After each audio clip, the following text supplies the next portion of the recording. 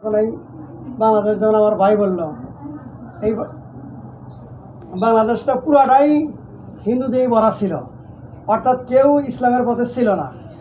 কিন্তু একমাত্র এই আল্লাহর ওলিরাই ইসলাম নিয়ে আসছে, ওখান থেকেই আমরা ইসলাম পাইছি।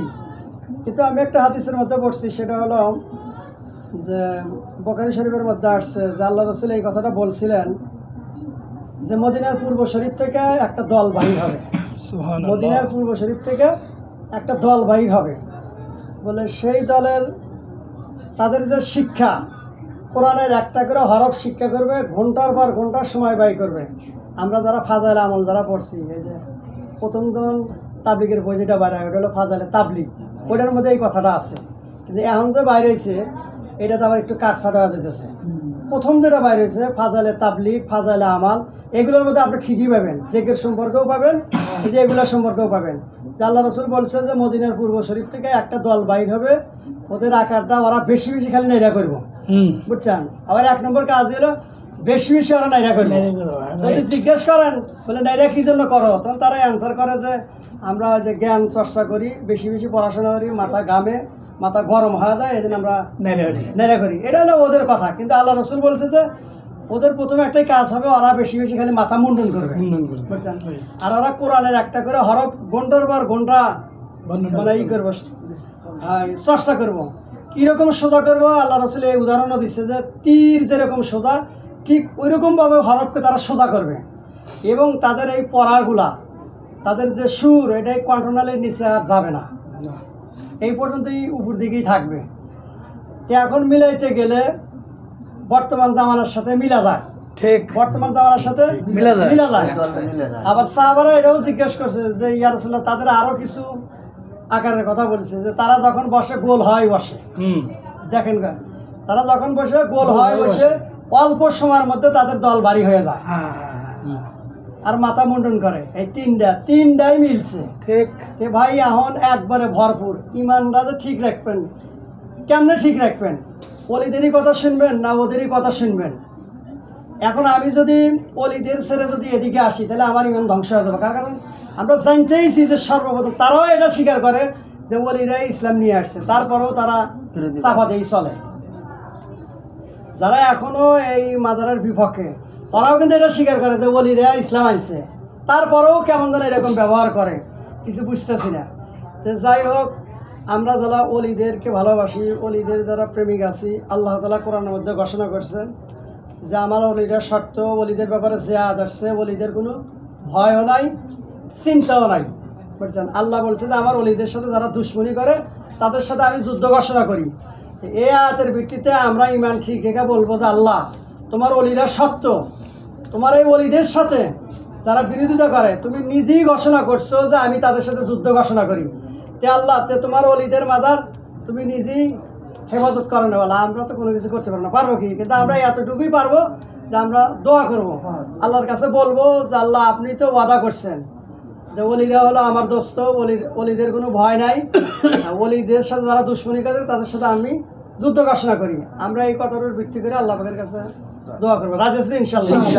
আর যারাই মনে করেন যে ওলিদের বিরোধীদের কথা বলে, এখন হয়তো আমার লাঠি নাই, ওদের লাঠির জোর বেশি, কিন্তু আমরা রুহানি দোয়া প্রয়োগ করতে পারি, বুঝতে পারছেন? দাওয়াতের কাজটা আমরা 4 ভাগে করতে পারি। তার মধ্যে একটা হলো আমরা রুহানি দোয়া প্রয়োগ করব। রুহানি দোয়া প্রয়োগ করবো যে আল্লাহ, তার যদি হেদায়েত থাকে আপনি তাকে হেদায়েত দান করেন, আর হেদায়েত যদি না থাকে আপনি ধ্বংস করে দেন। এতটুকু আমরা দোয়া অবশ্যই করবো। কিন্তু ওলিদের পক্ষ থেকে আমাদের কখনো এই ইমান সরান যাবে না, সরালে এবারে আমরা একবারে ক্ষতিগ্রস্ত হয়ে যাবো। আর যদি চলেও যাই, তাও ওলিদের উপরে আস্থা রেখে আমাদেরকে চলে যেতে হবে, তাহলে সেটা আমাদের ইমানটা ঠিক থাকবে। কারণ এমন একটা সময় হয়েছে, আমি থেকেই ভাবি যে কী করতেছি, আর এক পর্যায়ে কই যে কী করতেছি, এই অবস্থাও যদি মারা যায় তাও ইমান থাকবো না, বুঝছেন? কাজে ওলিদের উপরে বিশ্বাস রেখে, ওলিদের উপরে ইমান ঠিক রেখে আমাদেরকে দুনিয়াতে চলে যেতে হবে, তাছাড়া কোনো উপায় নাই। আমরা কোনো পয়গম্বরদেরও দেখি নাই, কোনো সাহাবাদেরকেও দেখি নাই। দেখছি কি? কারণ যে ওলিগুলো আসছে তাও দেখি নাই, কিন্তু তাদের হয়তো শাখা প্রশাখা যেগুলো আছে এগুলো আমরা দেখতেছি এবং শুনতেছি, ইহার উপরে ইমান আমরা ঠিক রাখবো ইনশাল্লাহ। রাজি আছি তো ইনশাল্লাহ?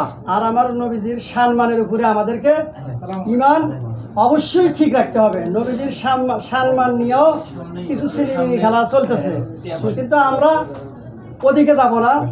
মোট কথা হলো যে আমার রাসূলকে আল্লাহ পাক যাদের সৃষ্টি করছে আমরা উহার উপরে ইমান আনলাম। বুঝতে পারছেন আমার কথা? আল্লাহ পাক আমার রাসূলকে যাদের সৃষ্টি করছেন আমরা উহার উপরে ইমান আনলাম।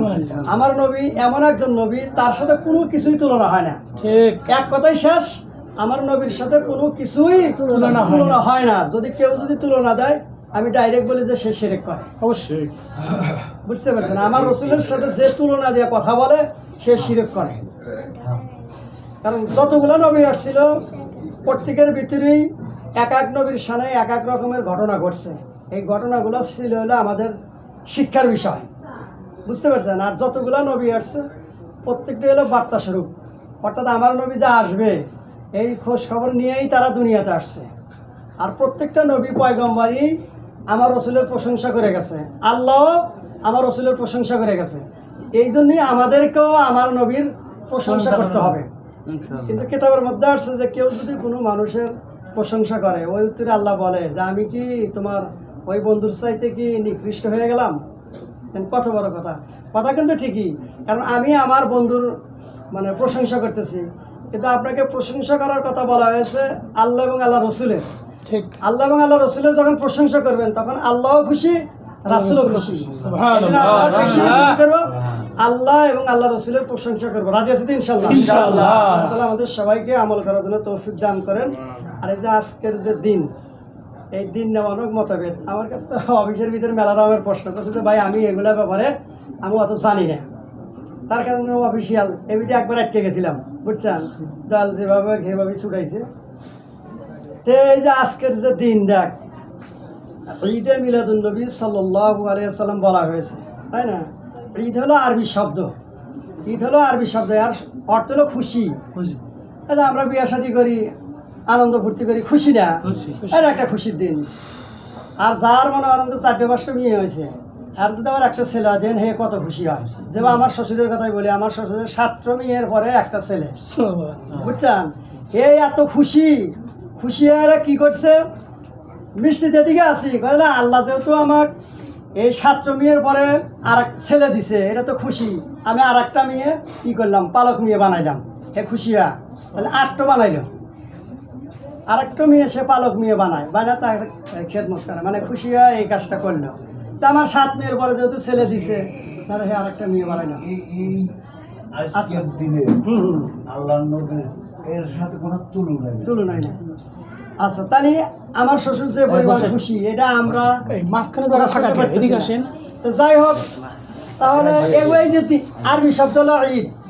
তারপর আল্লাহ রাসূল হাদিসের মধ্যে বলছে যে বৎসরে 52টা জুমা, কত বৎসরে হয়তো 51টা হয়, কতটা 52টা হয়। আচ্ছা, তাহলে এই 52টা জুমা যে শুক্রবার, এই 52টা দিনটাই ঈদের দিন বলা হয়েছে।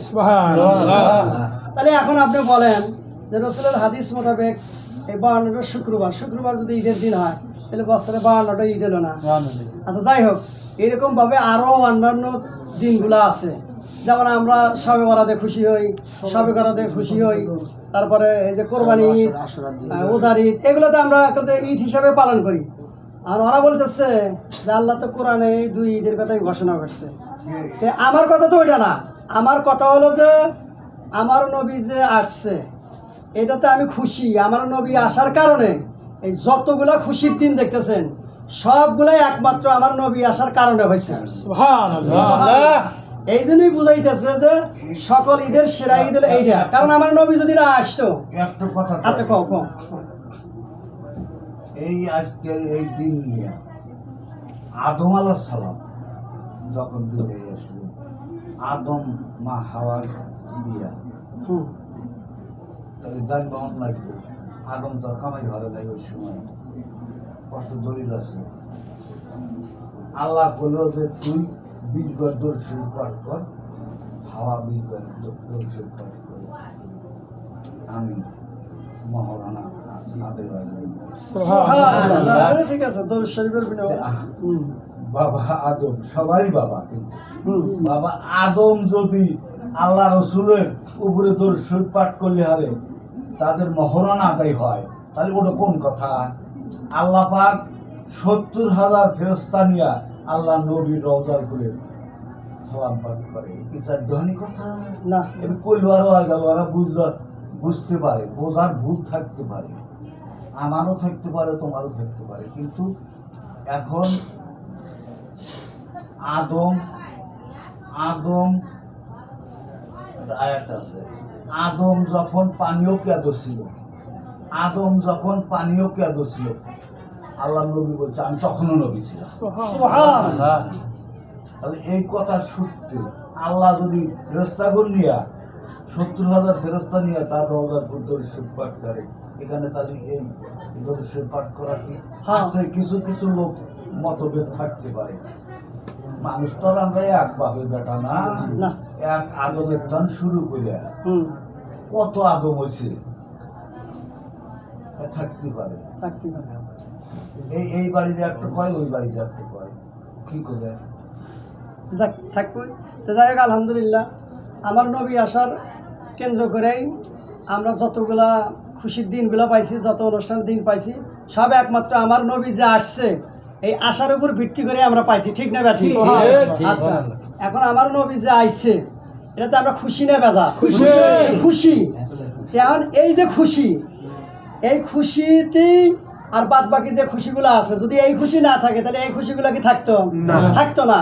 এই জন্যই বলা হয়েছে যে আমার নবী যে আসছে এটাই হলো শ্রেষ্ঠ দিন, এটাই হলো শ্রেষ্ঠ ঈদ।